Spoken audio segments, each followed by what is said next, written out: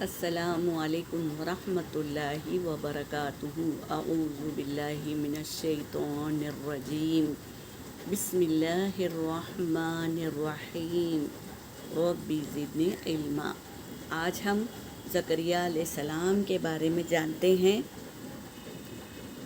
99 سال کی عمر میں اللہ نے یہ دو دعاؤں کے بدولت حضرت زکریا علیہ السلام کو بیٹے سے نوازا۔ کیا ہے وہ دعا؟ ہم جانیں گے انشاءاللہ۔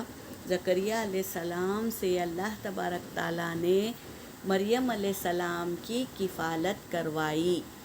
زکریا علیہ السلام نے بخوبی اپنی ذمہ داری سے مریم علیہ السلام کی پرورش کر رہے تھے۔ ایک دن ان کے حجرے میں داخل ہوئے تو انہوں نے اس حجرہ یعنی کمرہ، ایسی جگہ جہاں پر آرام فرماتے ہیں یا بیٹھتے ہیں یا اللہ کا ذکر کرتے ہیں، اس کو کہتے ہیں حجرہ۔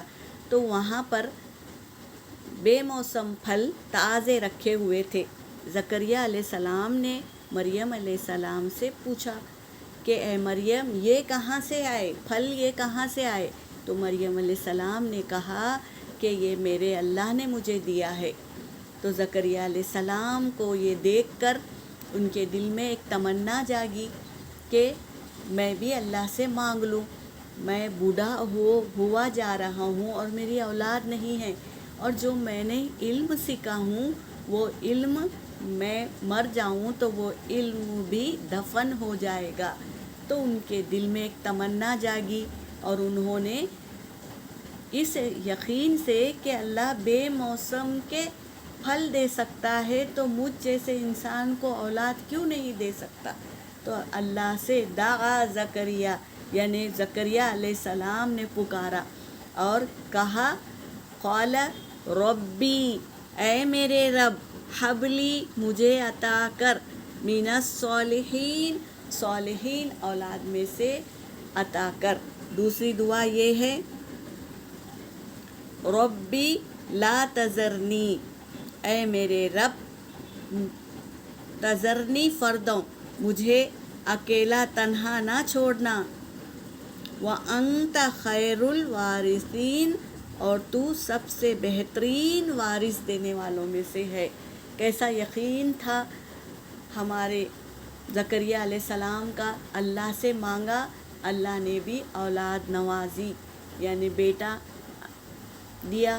اللہ نے زکریا علیہ السلام کو یحییٰ علیہ السلام عطا فرمائے، اور نام بھی اللہ تبارک تعالیٰ نے نام بھی رکھ کر بھیجا۔ یحییٰ علیہ السلام اللہ نے ہی ان کا نام رکھا۔